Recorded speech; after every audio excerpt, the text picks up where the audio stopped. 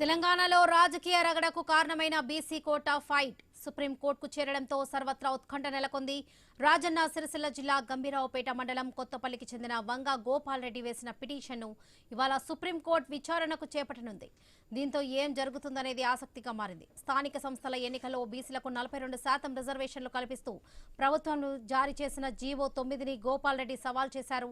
ప్రభుత్వం తీసుకున్న నిర్ణయంతో రిజర్వేషన్లను 50% దాటి 67%కి చేరుకుంటాయని, ఇది గతంలో సుప్రీంకోర్టు ఇచ్చిన తీర్పులకు విరుద్ధమని పిటిషన్లో ప్రస్తావించారు గోపాల్ రెడ్డి. అటు ఇదే అంశంపై తెలంగాణ హైకోర్టులోనూ విచారణ జరిగింది.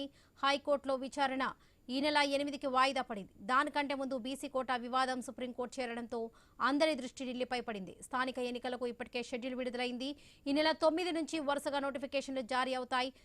ఇక ప్రధాన పార్టీల అభ్యర్థుల వేటలో ఉన్నాయి. క్షేత్రస్థాయిలో క్యాడర్ను సమాయత్తం చేస్తున్నారు. తెలంగాణలో రాజకీయ రగడ కారణమైన బీసీ కోటా ఫైట్ సుప్రీంకోర్టు చేరడంతో సర్వత్రా ఉత్కంఠ నెలకొంది. ఇదే విషయానికి సంబంధించి పూర్తి అప్డేట్స్ మా ప్రతినిధి స్వామి అందిస్తారు. స్వామి, తెలంగాణ రాష్ట్రంలో బీసీలకు 42% రిజర్వేషన్ల అమలుపై సుప్రీంకోర్టులో ఇవాళ రిట్ పిటిషన్ దాఖలైంది. దీనికి సంబంధించి ఈ నేపథ్యంలో బలమైన వాదనలు వినిపించడానికి కూడా రాష్ట్ర ప్రభుత్వం సిద్ధమైంది. ముఖ్యమంత్రి రేవంత్ రెడ్డి ఆదేశాల మేరకు ప్రభుత్వం తరపున ఉన్నత స్థాయి బృందం కూడా ఢిల్లీ వచ్చి సమీక్ష సమావేశం అయితే నిర్వహించారు. దీనికి సంబంధించిన అప్డేట్స్ ఏంటి స్వామి? తెలంగాణ ప్రభుత్వం బీసీలకు ఇచ్చినటువంటి 42% రిజర్వేషన్లను ఇది 50% సీలింగ్ కోటాను దాటుతుందని భావిస్తూ వంగా గోపాల్ రెడ్డి అనే వ్యక్తి సుప్రీంకోర్టును ఆశ్రయించారు. గతంలో సుప్రీంకోర్టు ఇచ్చినటువంటి ఇందిరా సాహాని తీర్పులో 50% రిజర్వేషన్లు విద్యా ఉద్యోగాల్లో రాజకీయాల దాటొద్దని ఇచ్చిందో దానికి విరుద్ధంగా తెలంగాణ ప్రభుత్వం రిజర్వేషన్లు ఇచ్చిందని చెప్పేసి గోపాల్ రెడ్డి సుప్రీంకోర్టులో రిట్ పిటిషన్ దాఖలు చేశారు. ఈ రోజు సుప్రీంకోర్టు ఆ పిటిషన్ ని విచారించనున్నది. ప్రధానంగా తెలంగాణ ప్రభుత్వం లోకల్ బాడీ ఎలక్షన్స్ లో 42% రిజర్వేషన్లు బీసీలకు ఇస్తూ జీవో నెంబర్ 4ను తీసుకురావడం జరిగింది. దానికి అనుబంధంగా మరొక జీవో నెంబర్ పంచాయతీరాజ్ చట్టంలో 41, 42 రెండు జీవోలు కూడా సవరించి తీసుకురావడం జరిగింది. వీటిని సవాల్ చేస్తూ గోపాల్ రెడ్డి సుప్రీంకోర్టులో పిటిషన్ వేశారు.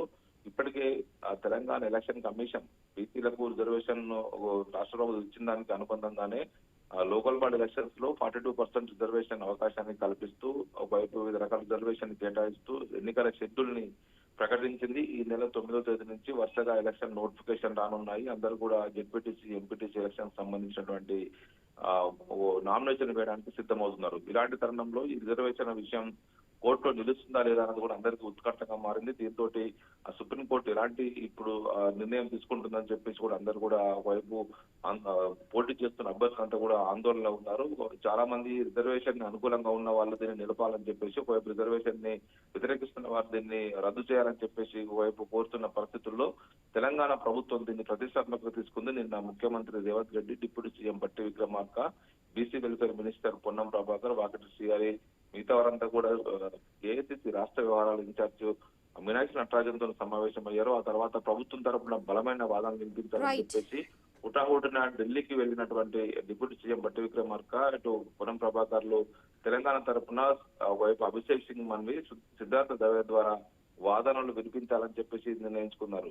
మొత్తానికి సుప్రీంకోర్టులో ఈ రిజర్వేషన్ సంబంధించి తెలంగాణకు సానుకూలమైన నిర్ణయం వచ్చే విధంగా ప్రయత్నం చేయాలని చెప్పి రాష్ట్ర ప్రభుత్వం ప్రయత్నం చేస్తుంటే వంగా గోపాల్ రెడ్డి ఇతర సంస్థలన్నీ కూడా ఖచ్చితంగా ఇది 50% సీలింగ్ ను దాటుతుందని చెప్పేసి వాళ్ళంతా కూడా ఆ సుప్రీంకోర్టు గతంలో ఇచ్చిన తీర్పులకు విరుద్ధంగా ఉందని చెప్పేసి కూడా వారి తరఫున వాళ్ళు పిటిషన్ వేశారు. వరలక్ష్మి,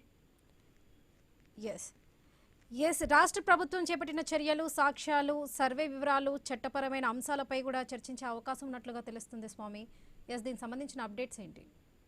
అంటే తెలంగాణ ప్రభుత్వం గతంలో సుప్రీంకోర్టు తమిళనాడులో ఏ విధంగా అయితే 9th షెడ్యూల్ లో పెట్టి 69% రిజర్వేషన్లు ఇస్తున్నారో, తమిళనాడులో పూర్తి స్థాయి పారదర్శకంగా సర్వే చేసి రాష్ట్రంలో ఉన్నటువంటి మొత్తం జనాభా లెక్కలు తీసి అందులో బీసీల్లో ఓబీసీలు, బీసీలు, ఎంబీసీలు ఇట్లా వర్గాలు విభజించి వారికి ఎస్సీ, ఎస్టీలు అందరికీ కూడా రాజ్యాంగంలో ఉన్నటువంటి 9th షెడ్యూల్ లో దానికి రక్షణ ఉంటుంది. దానికి న్యాయ సమీక్ష అధికారం లేదు కాబట్టి తమిళనాడుకు 69% రిజర్వేషన్ అమలు చేస్తున్నారు. అదేవిధంగా తెలంగాణలో కూడా బీసీ రిజర్వేషన్లు ఇచ్చే ముందు రాష్ట్ర ప్రభుత్వం బీసీ తో పాటు అన్ని రకాల కులగణాలను కంప్లీట్ చేసి ఒకవైపు ఎంపరికల్ డాటాను సేకరించి మరోవైపు ఎక్స్పర్ట్ కమిటీ ఏర్పాటు చేసి ఏ వర్గానికి విద్య, ఉద్యోగ, రాజకీయ అవకాశాలు ఎలా వచ్చాయని చెప్పేసి వారి ఆర్థిక పరిస్థితి కనుగొనడం కోసం ఈ సర్వే చేపట్టింది.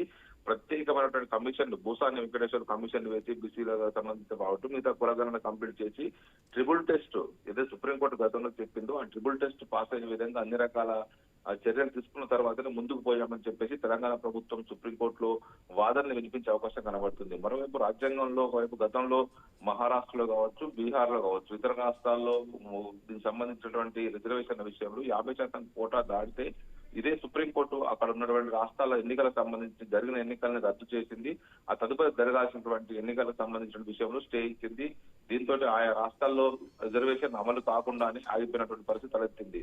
ఇప్పుడు తెలంగాణలో ఒకవైపు రాష్ట్ర ప్రభుత్వం చెప్తున్నటువంటి వాదన ప్రకారం సుప్రీంకోర్టు చెప్పినటువంటి ట్రిపుల్ టెస్ట్ పాస్ అయ్యే విధంగా మేము అన్ని రకాల ఏర్పాట్లు తీసుకున్న తర్వాతనే మేము రిజర్వేషన్ విషయంలో ముందుకు పోతున్నాము. రాజ్యాంగంలో ఈ స్థానిక సంస్థల్లో విద్యా ఉద్యోగాలు రిజర్వేషన్లకు సంబంధించి రాష్ట్రాలకే పూర్తి హక్కులు, రాష్ట్రాలకే పూర్తి స్వేచ్ఛ ఇవ్వాలి దీనికి సంబంధించిన విషయంలో అని చెప్పేసి కూడా తెలంగాణ ప్రభుత్వం పదే పదే సూచిస్తుంది. ఒకవైపు కాంగ్రెస్ పార్టీ హైకమాండ్ కూడా రాహుల్ గాంధీతో పాటు సోనియా గాంధీ, ప్రియాంక గాంధీ కూడా దేశవ్యాప్తంగా బీసీలకు ఇప్పటికీ ఎస్సీ ఎస్టీలకు వారి జనాభా ప్రాతిపదికన రిజర్వేషన్లు ఇచ్చారు.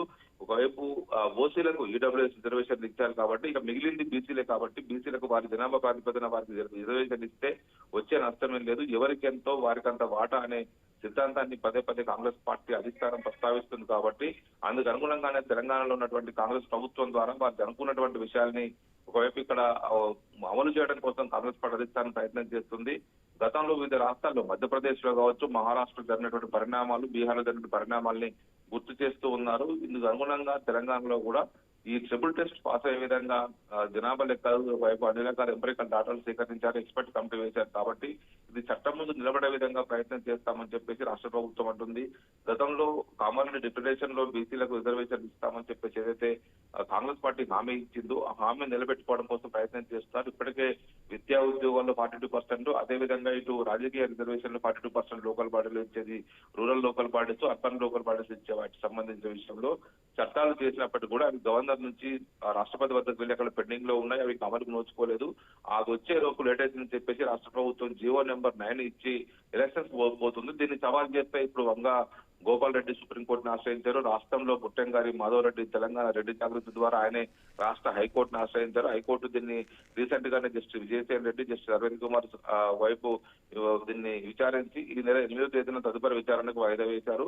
9వ తేదీ నుంచి రాష్ట్ర ఎలక్షన్ కమిషన్ వరుసగా నోటిఫికేషన్ ఇవ్వబోతుంది కాబట్టి అసలు ఈ ఎలక్షన్ సంబంధించిన నోటిఫికేషన్ పైనే, షెడ్యూల్ పైన వైపు కోర్టు స్టే ఇస్తుందా లేకపోతే ఏం జరుగుతుందని చెప్పేసి కూడా అందరు కూడా ఉత్కంఠగా ఎదురు చూస్తూ ఉన్నారు. Varalakshmi. Right Swami, thank you.